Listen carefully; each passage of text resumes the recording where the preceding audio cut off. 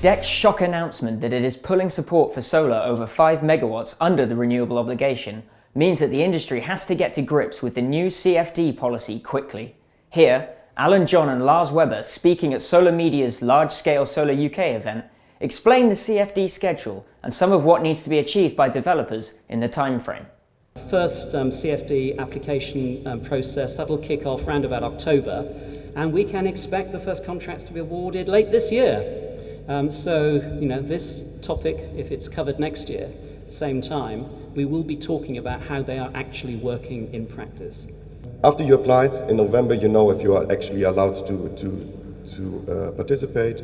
Then you can put in a sealed bid, and I'm going to come to sealed bids in a second, which means that by the 19th of December you actually know if you're going to get anything or not on the CfD, and then by April you can get your first payment.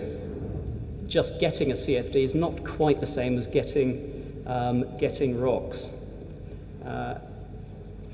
It's all subject to the levy control framework. It's just a reminder that there's a defined pot here. It's not a limitless pot. You've all heard of the 7.6 billion, is it, that's available in 2020 for the low carbon pot from the levy control framework. It sounds a lot of money, doesn't it? But it's spread over all low carbon technologies, and it's not just for new entrants, it's for all those existing projects that have been grandfathered and are gradually eating into that pot.